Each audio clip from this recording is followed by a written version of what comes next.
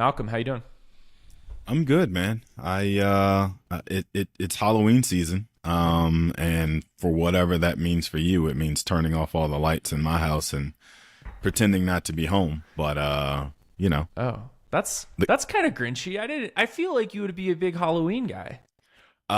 only when it comes time to walking around the neighborhood with my kid. I like Okay. seeing how excited she is about Halloween, but I personally could care less. That's fair. I was like, if you're also turning all the lights off and your kid's not celebrating Halloween, maybe there's like a spiritual reason you're not doing that. So I didn't want to harp on that because I know people have that going on. But come on, that's one of the most fun days of childhood. Yeah. Yes, I have a conscientious objection to candy. Okay, fair enough.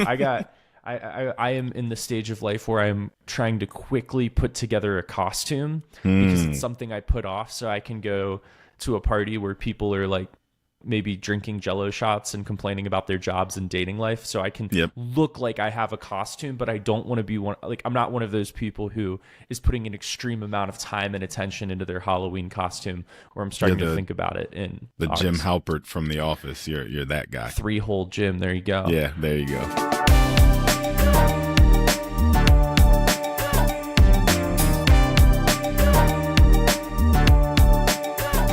All right, today I think we've got some big tech stuff to talk about with big tech earnings.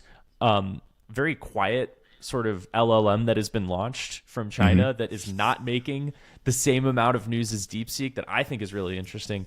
You've got some thoughts on OpenAI, and then our big story in the second half of the show is the wave of tech layoffs, and we're going to approach this from a little bit of a different angle because it's not just why it's happening, but also some of the personal finance and I would say mental health elements that go into this type of story that I don't see a lot of coverage over, and I want to make sure we spend a lot of time on. So, Malcolm, one number I want to reflect on as we start the show Okay. is that Nvidia over 5 trading days, and this is previous week, added about $645 billion worth of market cap over 5 days. That is more than the entire S&P 500 to 18. It's more than Netflix, more than Netflix and MasterCard. There we go. More than Netflix and MasterCard. And I remember a year ago, a little over a year ago, Nvidia went up like 14% in a trading session. It was more than a whole McDonald's in market cap. And I'm like, market's a little overexcited right now. I was totally wrong. But, any reflections on Nvidia adding that much money in market cap over about a week and it just being a part of a normal course of business in the stock market right now? Two things. One, I am a very firm believer in that's just how important Nvidia is to our lives today. I wasn't there 2 years ago. I have come around. I'm sort of late to the party in accepting that. I'm also late to the party in accepting just how important Jensen Huang sees himself and his role in helping to shape the future of the world. And he takes that role and responsibility extremely seriously, I'm learning. And so it's not surprising to me that Nvidia would be able to generate that much market cap in a week, basically, simply because of how money functions, right? Anytime you have a ETF that has to have a certain weighting of Nvidia, well, got to buy more shares. Anytime you have a fund manager who looks up one day and recognizes they're underweight Nvidia, and that is what's driving the rest of the market, well, got to buy more shares. And so over and over and over, just as a function of how our financial system works now and how money flows through the stock market, Nvidia is just going to keep getting bigger and bigger for the sake of its bigness, because it's so big that it has to keep getting big. So no, that doesn't surprise me at all. That you just described a bubble, right? Something has to keep getting I am bigger on and record bigger. as for the I'm on sake of record its as bigness. confirming that Yeah. I agree that this whole thing we're living through right now, we're watching a bubble Yeah. not even being formed. It's already formed. We're watching it blow and blow and blow. The thing is, I just don't think that it's anywhere close to reaching its max capacity yet. I think we still have another year or two before the bubble finally says, I can't take this anymore. I got to pop. And that's been reflected in some of the earnings, especially we saw from Amazon, right? Like there's still a lot of money coming into big compute, let's call it that. But the thing that was surprising to me about sort of this growth over this week, and we like to focus on the long term, but life happens in short term increments, is that This growth happened at the same time that a Chinese startup, stop me if you've heard this one before, a Chinese startup called Minimax launched a language model. And the team, this is backed by Alibaba, and the team claims that it can generate tokens almost as good as Claude at about 8% of the cost. Also, it runs twice as fast. How are they able to do that? It's a good question. But it's open weight, and it means that anyone can adapt it and run it on their own hardware. I checked it out. It's pretty good, Malcolm. I hope you didn't use your actual email address to sign up for this. So here's the thing. I used a burner. Okay. However, I still did it on my computer, and also I have I realized I have a CapCut, which is video editing software that's sponsored by TikTok and ByteDance on my computer. So you're just asking for it. If they're in, they're in. On this specific story, Malcolm, why I guess I can't make sense of this, because last time DeepSeek did this, there was a huge sort of correction, and now nobody cares. Well, I think DeepSeek front ran this announcement in the sense that there was skepticism immediately, myself included, that said, I don't know that I trust that. It sounds way too good to be true. It's coming from China, which in a lot of cases, we've been taught that when the Chinese government tells us something about a technological breakthrough, we should approach it with a healthy level of skepticism. So on one side, the math ain't mathin'. On the other side, it's coming from the Chinese government. Do with that what you will. And so I think in this case, we're looking at this announcement and saying, yeah, we hear you. We can look under the hood and we can find out if there's some there. But until the information writes a story about how, hey guys, no, there's something actually to look at over here, I think the market is safe. So I played with it. I watched some demos of people who really know what they're doing. Malcolm, it's pretty good. Yeah, but the question is, was it actually created for 8% of the cost? That's the part that we don't actually know yet. So no, it's the question is, can it run at 8% of the cost with significantly more efficiency than these Claude models? Because there's sort of this catch-22 going on, right? Like OpenAI and Claude, they are sucking up data all across the internet to make their models better. But then when it comes to our models are very much our intellectual property or our intellectual property, and you better not copy any of that code to make yours better. Yeah. And we're going to protect that as much as we can. So even though we scraped all of your data to create the programming inputs that made these LLMs what they are. Exactly. And I want to shout out Alex Smith for sharing the story with me, because in the other side of this though is, yes, there is hesitancy toward the data that any startup from China puts out, but there's also this arms race going on between the LLMs that are being built in the United States and in China. And it's this sort of Cold War of who can build the digital god first, right? And there are examples, if this is true, that these models can run it, significantly more efficiently than what we have right now. A lot of the data center build out may be in oversupply.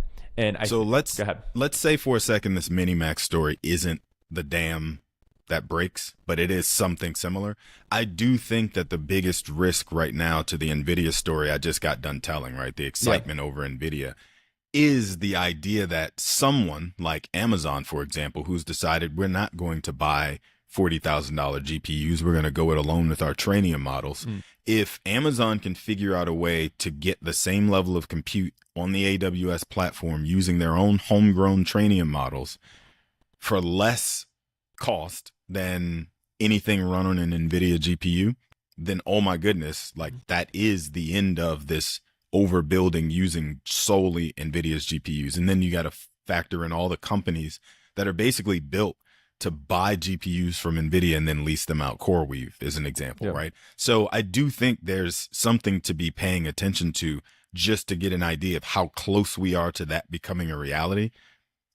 But again, I don't know that I can trust this particular this Minimax story as the thing that's going to be that straw. I agree. I think it is a step in a story. And there's also, I started reading a book called Narrative Economics by Robert Schiller. And this is something that we do and everyone in the market tries to do, which is, just make sense of the logically ordered sequence of events about what is coming next. And one of the stories that he tells in the book is the roller bag, the roller suitcase. And that actually only became popular in the 90s, despite people trying to say, hey, wouldn't it be a lot easier if you put your luggage on wheels in the mid 20th century and maybe even the 1800s, right?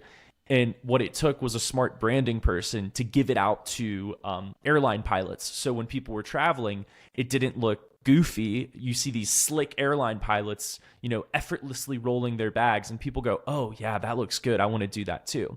And his point was like, you can't, just because you have a good idea doesn't mean it will immediately, take off the way people think. Usually there's something else going on. And I think this is true with AI as well. And as we sort of move on to the next story, I thought this passage is especially relevant to what we're talking about. Quote, history, including economic history, is not the logically ordered sequence of events that it is presented by subsequent narratives that try to make sense of it or try to achieve public consensus. Most things happen because of seemingly irrelevant mutations in narratives that have slightly higher contagion rates, slightly lower forgetting rates, or first mover effects. So what we're seeing with these AI stories, some things become a contagion, some things don't, and it's hard to tell why. You want to go to OpenAI and Microsoft? Because I know you got some thoughts.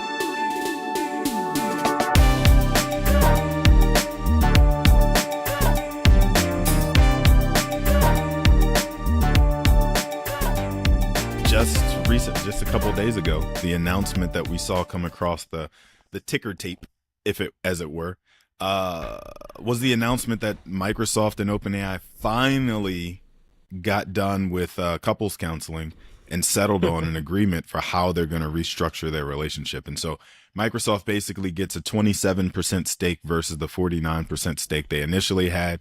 But there's a ton of other goodies in there on the Microsoft side, which I'll start with, because basically they now get another $250 billion worth of Azure cloud revenue committed from OpenAI. I don't remember what the timeline for that is, but it's $250 billion of additional cloud revenue that they can put on the books as outstanding performance work to be done, right? So that's one piece of it. But then separately from that 27% stake based on OpenAI's recent internal tender offer they did to buy shares off their employees, that puts that stake at $135 billion that now sits on Microsoft's balance sheet. So that's not nothing, right? That's and certainly then not nothing.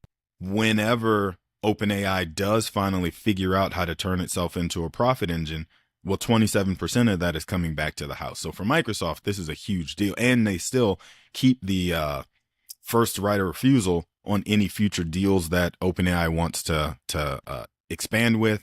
They also get to participate in using OpenAI's future technologies. And so it's still a great deal for Microsoft. They just own less of a stake than they used to. Okay. But another really important piece of the story, OpenAI needed to turn itself into a for-profit company before the end of the year to the tune of $22.5 billion is what was at stake, right? So Masayoshi Son made an offer to invest in OpenAI, and a portion of it, the lion's share of it, was contingent on them being able to turn themselves into a for-profit company instead of a nonprofit. And so that part also was a really big deal. Now I'm bearing the lead here. The thing that really matters in all of this story is that clears the way for OpenAI to finally go public. Mm-hmm. So I just told you somewhere around $500 billion is where they just were valued at when they'd had the tender offer earlier this year. It's estimated that this company may go out on the market at $1 trillion valuation. All right, I got a splashy question. $1 trillion IPO with a T. Is this a $1 trillion SPAC, Malcolm? This is not $1 trillion SPAC. This is a company that actually does some work. This is a company that won't even be able to use a SPAC to go public because there will be so much scrutiny in all of its filing documents that would I want to say never, but in this America, who knows? But it's unlikely that would actually fly. But then separately from that, they're expecting to spend $1.4 trillion on infrastructure for AI. That's OpenAI. That's their reported, expected spend. However, if they go out at $1 trillion, that's going to raise $60 billion for them in the IPO. Which is a little bit less than the 1.4 trillion. That is significantly less than what they're committed to spending. And so the question becomes, where's the rest of the money going to come from? Because that number, even though it's large for any other company that would take itself public, because Sam Altman has made himself and this company so important to the AI revolution, $60 billion isn't going to cut it. And so then you have to worry about additional shares being issued the next morning, and you have to worry about bonds starting to be issued the next morning after that. And that, my friend, is where we start to ask questions about this bubble and when it might burst. Well, and the other piece of this too is you can say you need to do $1.4 trillion in infrastructure for AI. How do you get the power for that? Or the 100 gigawatts of power that he's committed to with all these different deals that have been announced in the last 2 months. Knowing everything you know now, IPO goes out tomorrow. There's not a big pop, which we know that there's going to be a big pop. Oh my crash, God, yes. Right? Would you go out and get some, given what you said about Nvidia, you were late to the party. You still think that this is a long-term bubble. Would you be excited about owning some OpenAI as a retail? You're not a retail investor because you're a financial advisor, but if you were a retail investor, would you be excited about owning OpenAI in your personal account? No. Okay. I would be excited about the fact that it's in the S&P 500 and it's going to lift the S&P and the NASDAQ for however long it does. But I wouldn't personally say I have to add shares of this company. Yeah. The reason I say that, though, is not anything fundamental about OpenAI as a company. I do think it's like one of those transformative companies that's going to change the way we think about and do everything, similar to Amazon. But I think the reason that this one isn't attractive to me is because how do I know the juice hasn't already been squeezed? Yeah. Like the fact that it was able to stay private long enough to cultivate a $500 billion valuation, and then come out to the public markets at $1 trillion. Like, where is their opportunity for me? I want to be invested in the company that's like a $5 billion valuation at the moment that it comes out and work its way up to a $500 billion valuation. Like, let me participate that way. I don't want you to squeeze all the juice and then give me the rind. Well, and this is maybe a dumb take, but one of the problems I have with this is that trillion just sounds like a made up number. like trillion, billion, whatever. I want to go on with big tech earnings. The one thing that I was looking at this week, and it's because I'm a shareholder of Meta, is how much Meta got beat up on a tax issue that seemingly no one understands. My response is pretty simple. There was something they did with asset adjustments due to the big beautiful bill. Do I think the big beautiful bill will end up hurting or helping Meta's tax situation? Probably helping. If you look at the income from operations, it still looks really good. I'm happy to be a shareholder. For as much as we talk about bubbles and AI buildouts, like it's still a pretty good idea to invest in, regulated or maybe even unregulated monopolies for decades. And the number that really stood out to me is that Zuckerberg highlighted is that there was 5% more time spent on Facebook in Q3 of this year. 5%, which sounds like a little, but for a company that already has more than half of the world's attention every single day, that is an incredible amount of time that this social media app is still able to just suck out of human existence every day. Well, that might also be people leaving one platform and migrating back to another. And I don't mean in terms of like shutting down your TikTok account or your YouTube account, but there's something about it that you find less entertaining than you now do Instagram or Facebook.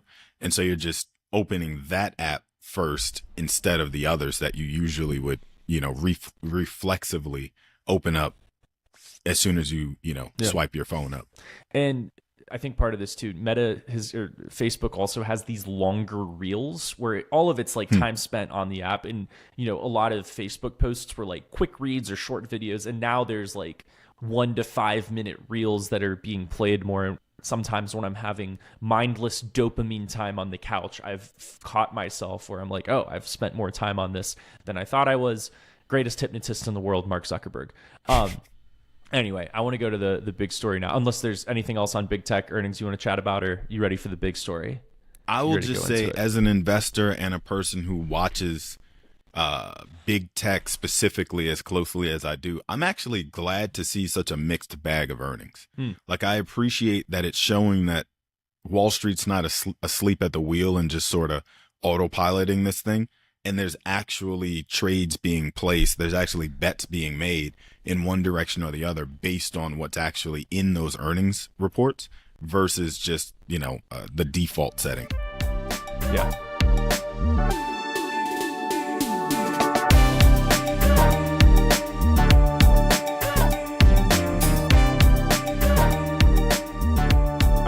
Big story, and this is the tech layoffs that we're seeing in the headlines. Amazon is the big one. They've done 14,000 so far. There's many people believe that it will be significantly more than that. Target cutting 1,800 corporate jobs, UPS cutting some corporate jobs, but also a lot of drivers and warehouse workers, which is significant if you're looking for economic indicators. But I think these headlines in context, something that's interesting to me is that layoffs.fyi that tracks specifically tech layoffs are showing about 113 so far in 2025. And I'm not going to do the math, but you can check me on it. This is actually lower than what's tracking for the total of 2024. So as we go into this, these are incredibly painful, and AI is certainly a part of this story. But something that's been unexpected to me, Malcolm, is I would have thought that as these AI tools get better and stronger, you would see more white-collar tech layoffs. Maybe it's a lumpy distribution, but that's not necessarily proving to be the case in 2025. Yeah, I think that to me, what's happening with AI, I know folks want it to be binary on one side or the other. Either it's taking jobs or it's not. It's replacing humans or it's not. But I think it's such a mixed bag because if you just think about, when you're walking through the woods and you hear a loud snap, most people's first reaction is you would freeze. Then you figure out whether it's fight or flight time. And I think that's what's happening inside of these companies is it's not necessarily the knee-jerk reaction, oh my God, we got to cut headcount, or no big deal, we can just keep things as they are. Everybody's reaction has been to just kind of pause, see what is actually happening out there, and then start to move from there. And so I think that the layoff count that you're referring to that seems kind of low in comparison to what we were seeing in like 2022 when companies were saying, oh, we overhired by a long shot and we need it now to make these cuts. I think that what we're going to see next year potentially is the companies that have stood still, assessed the situation, and then decided, oh yeah, we definitely have way more people than we actually need to do these jobs. And that's where the flood starts to come. But Amazon as a company has already shown itself as being a group that doesn't necessarily care about public opinion. And so for them to feel like maybe we made the choice to cut a little early, but we're okay with that, that seems to be their MO. They tend to lead with these massive layoff headlines and then everyone else follows. And Amazon was also saying, hey, yeah, we were very serious about you coming into the office 5 times a week. I think some of that is not even messaging, but just we are an in-person culture. And that's, if you want to work here, that's a part of it.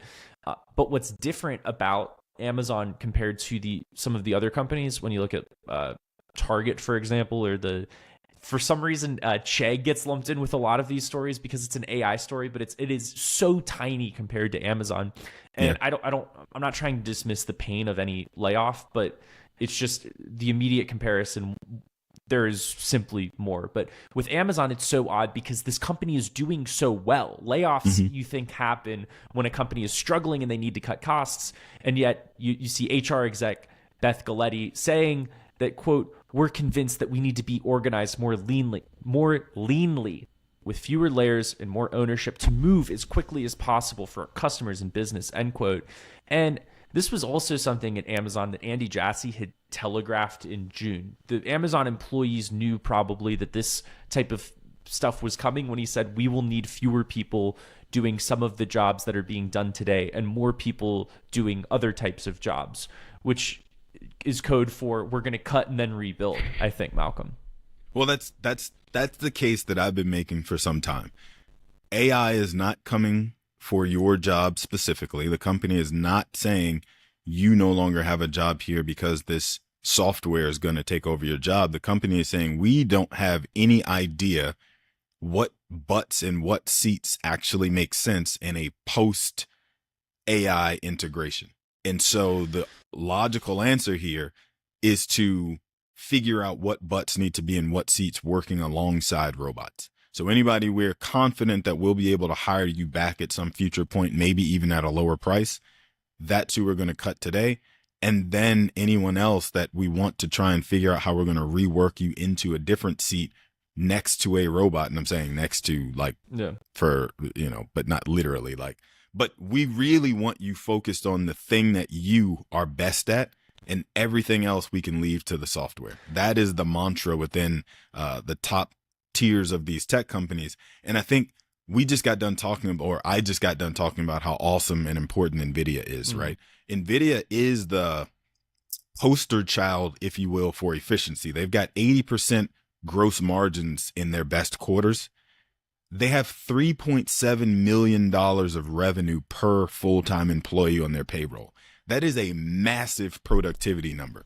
The next closest company to them is Apple at 2.4 million, and then Meta at 2.2. So just consider how a company like Amazon, who's not even anywhere close to that number, it's hard to rank it because Amazon has about 350,000 corporate employees, and then like another million that work in warehouses and everywhere else. And so I don't really know what that number is, but like for Microsoft, for example, gigantic behemoth of a company does a gazillion dollars in revenue, 1.1 million revenue per full-time employee. That's before this recent round of 10,000 people they just let go. But still, like, that number is nowhere close to $3.7 million of revenue per full-time employee. And that is what everybody in this industry is chasing. Do you know who smokes all of them? I'll give you a hint. They have 42 full-time employees, but significantly more contractors worldwide. Uber. OnlyFans has $38 million per full-time employee. So you gave me. I never would have guessed that was the direction you were going to take me. Apple, and this is a graph I have found on Reddit and also from other sources. OnlyFans, a private company. You've got Meta 2.2, Apple 2.4, Nvidia, which you were just bragging about, at about 3.6. OnlyFans 10x Nvidia revenue per full-time employee at about $37.6 million. It turns out that being horny is a better business than designing chips. Malcolm, I'm curious, based on that math though, what would YouTube's numbers look like if it was a standalone company? So if YouTube, because you're talking about basically the creator economy, they're calling them contractors, but basically like you do the work, we get a take. That's why I assumed you meant Uber. But I wonder what YouTube would look like, since 100% of the content on there basically is user generated. What are their per head numbers look like? You have a lot of clients in the tech world, and I'm sure they're thinking about this wave of layoffs right now, thinking in a different way. And I had to do this recently, not just how do I save for retirement, but I might have an extended period of unemployment. Yeah, well, so two things. One, I want to go in a completely different direction, and I know you probably thought I was going to. That's fine. Giving the traditional, like, how an emergency fund works and all those different components that any and everybody who writes about personal finance throws out there ad nauseum. But one other thing that I think is really important, that's a little bit non-conventional, is the fact that you can take pauses in saving. You can take pauses in putting money away for retirement, for your kids' education, all those kind of things, and still be fine. Like, you can still actually turn around and meet those goals by having to take a 6 or 12-month break, get your finances completely lean so that you can make it across that void, and then get back to being diligent about saving. Like, I've seen people who were terrible about saving until they got to about 50 still spend a decade being super aggressive savers and be on track to hit their retirement number by the time they hit 62. So, because, you know, based on the way math works and the way money works, like, you could actually save $1 million and double it in 10 years. Like, that is functionally possible. So, not to necessarily try and go in that extreme direction, but I think it's important for people to know that, like, taking 6 months, 12 months, you got to hit the pause button on your 401k contributions, got to hit the pause button on your emergency reserves, got to actually tap into your emergency reserves because you were saving for a rainy day and now all of a sudden it's raining outside. Like, forget the tech layoffs component of this for a second, just thinking about government workers who haven't had a paycheck in a month. Like, folks that I know personally who have emergency savings are like distraught by the fact that they actually have to use their emergency savings because they've been laid off. And I'm like, you were saving for a rainy day and now it's raining. Mm-hmm. Are you going to walk out without your umbrella and say, like, I don't want to put my umbrella up, so I'm just going to walk in the rain? No, Well, you were buying an umbrella in case it rained. yeah, but you're reversing the thing that you're good at. So if you're good at saving, there's a sort of, there's a behavior that is your patterned behavior is I am good at saving and I'm doing the thing I'm good at. And once you're using those, emergency funds or rainy day funds, it's a behavior reversal. And even though it's logically true that this is what that's for, it's still intensely difficult.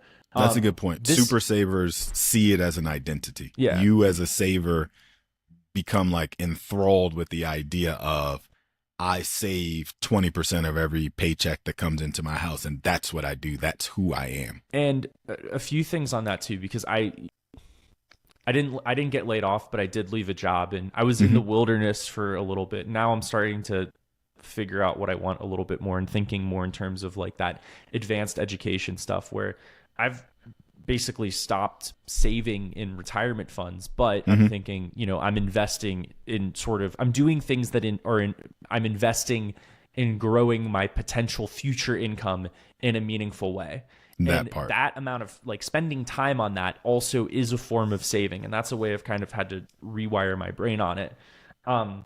I recently published a book where I mentioned something along those lines, the idea of investing in yourself and your future earnings being more valuable than putting those dollars into the stock market. But I won't get too far off onto that tangent, because the other piece that I wanted to tie in is the unconventional side of this that I wanted to really focus on, is that in some instances, having a layoff, having a temporary stoppage in income can actually be a benefit to you from a financial planning perspective. So from a tax perspective first, consider the fact that this is typically advice that I would give when advising a couple and one of them decides they're going to go back to school. And so if you think about a couple that makes, $400,000 in gross household income, 200 on one side, 200 on the other, that puts them in the 35% marginal tax bracket. You eliminate that income on one side, and that immediately puts them in a 24% tax bracket. Gross income, I'm talking. Federal marginal tax bracket, I'm talking. So now 11% income tax has disappeared next year. A grad school program is going to be 2 or 3 years. So for the next 2 or 3 years, your income's artificially low. Well, you know what? That just created an opportunity to do Roth conversions in each of those years that your income is artificially low, back up to the point that you were used to paying your income taxes at. So I got $400,000 basically in pre-tax savings that I could convert in those 2 years, bump back up to 400,000 where we were, not really miss a step from an income tax perspective, but down the road, my future self is going to have $400,000 plus whatever earnings on top of that, tax-free, that we get to tap into as retired people. And with so many people talking about wanting to retire earlier than the government tells you you're allowed to, your 50 or 55 or 60-year-old self will thank you for having a tax-free pool of funds you can tap into before you hit your Social Security age, your RMD age, all those things, if they still exist the way that they do today by the time we get there. Well, I can tell you a lot of people are not thinking about that, because when you leave a job, your next thought is immediately, how do you get these like, fight, flight, resource, deeply human resource instincts where you're like, what do I do next to secure food, even if you have a good amount of savings? And I think what you just highlighted is why it's good to, a lot of people when they change jobs, especially when they're younger, they're not talking to a financial advisor, and it's probably a good idea. And it's also, a lot of financial advisors market to people who are saving for retirement, close to retirement, but this is the time that people actually really need some financial planning guidance. And one of the things that really hit me when I left my job is the lesson is I became a much better budgeter. The thing that I really learned is it's a lot like working out, in that it's unsustainable if you immediately go to a, Biggest Loser style, extraordinarily strict, intense way of doing it. Yep. And it was for me, it was figuring out how to build in some grace for myself while also being disciplined. And what do I mean by that? Like, my wife and I, we delayed, hopefully not cut, but we delayed a trip to Japan that we were really working on. There's some immediate costs that you can immediately bring down and you'll feel more secure. We cut going to, like, we still sometimes went out to eat, but that went down a lot. And when we went out to eat, it was usually somewhere that was significantly less expensive. If friends wanted to get dinner, we're saying yes to that. And then for me, it was ticketed events. So I love going to concerts, movies, sporting events. And that's where I spend a lot of disposable income if I can. And for me, it was cutting basically all of those except movies, because I have a subscription movie pass. I know myself, I got to get out of the house and find some entertainment. You can't just lock yourself up in wherever you are. You have to find ways to get out and enjoy life. And for me, I love going to the movies, but it was finding a way to do that in a lower cost, more disciplined way. You didn't know this, but that was actually one of my other unconventional things. Go ahead. Is that you can't sit around doing nothing and thinking about doing nothing and like stewing in the place. And so finding a low cost thing you can do that eats up a lot of time throughout the day, like applying for jobs and interviewing for jobs is a part-time job all by itself if you're doing it right.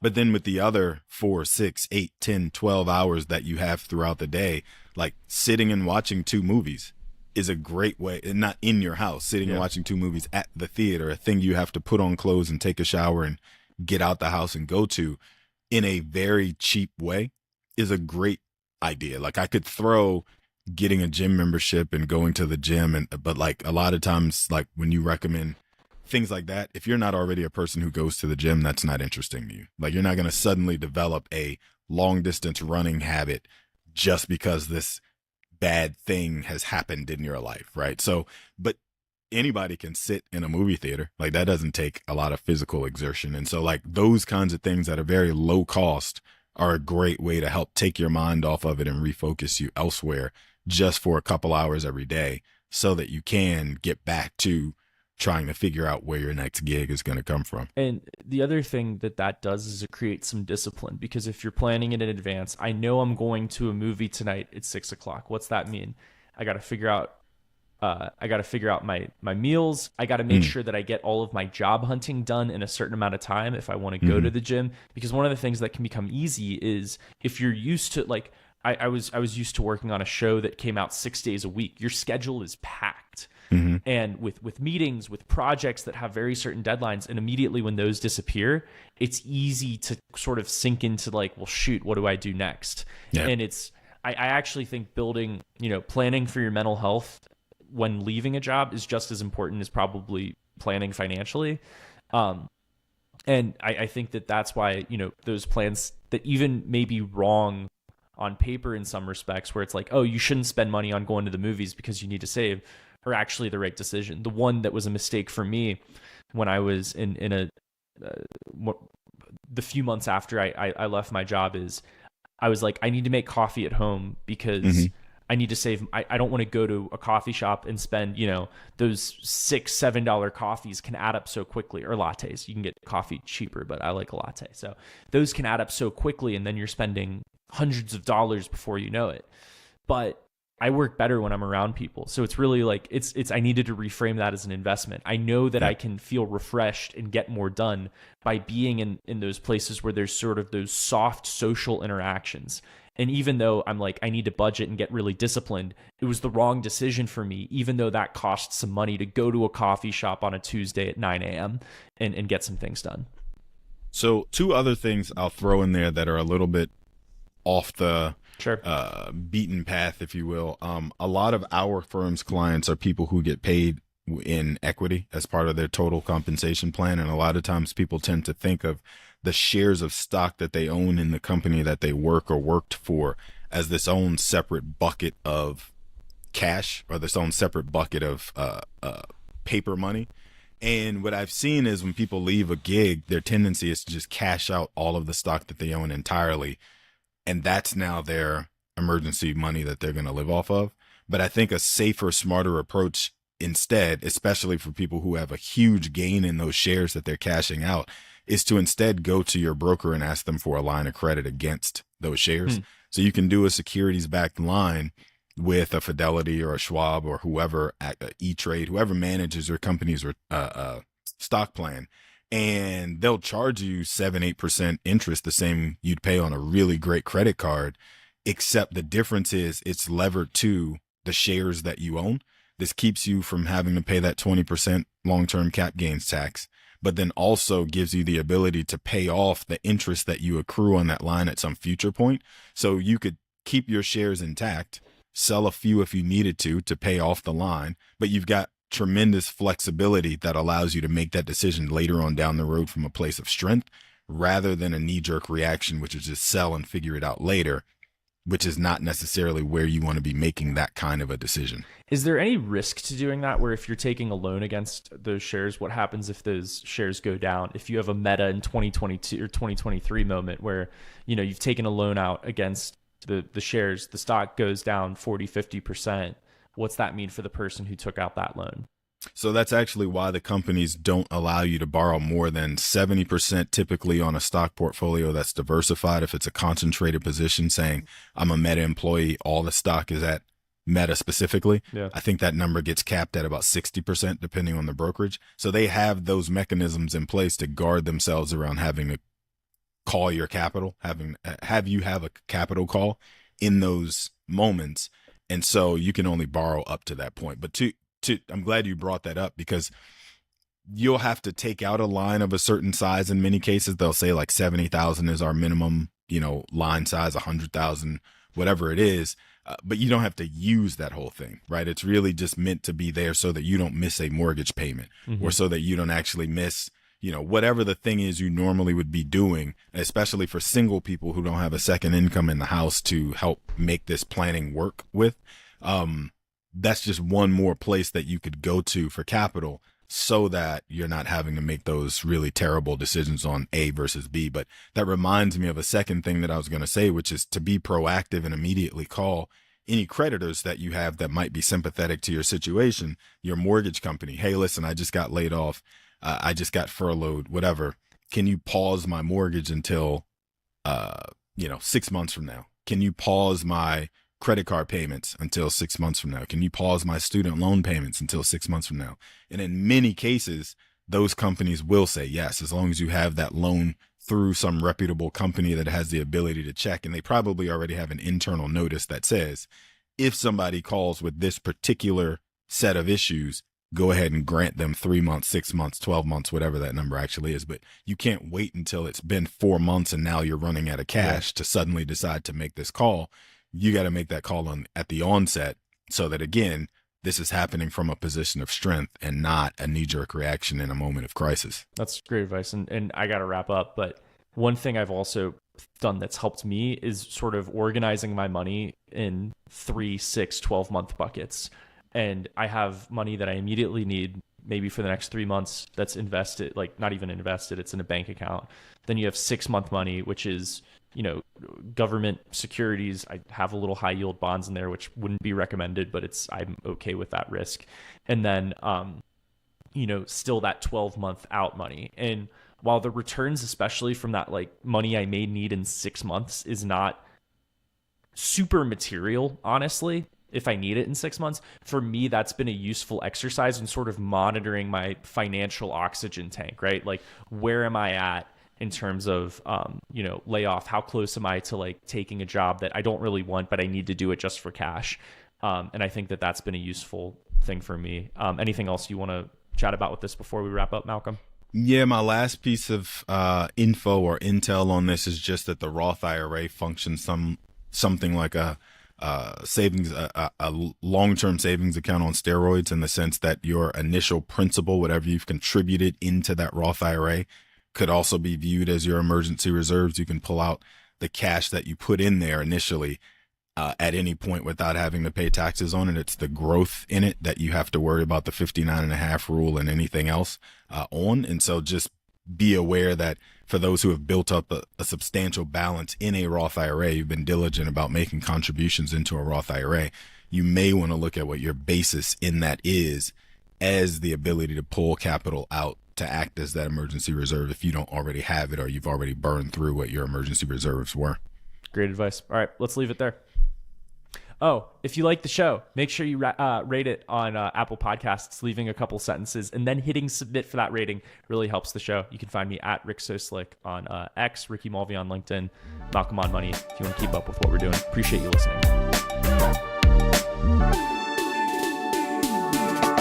Information shared in this recording and by its guests represent the views and opinions of the guests and does not represent the views or opinions of the host. This content has been made available for informational and educational purposes only. This content is not, nor is it intended to be a substitute for professional financial advice. It is always recommended that you seek the advice of your financial advisor or other qualified financial service provider with any questions you may have regarding your personal financial situation.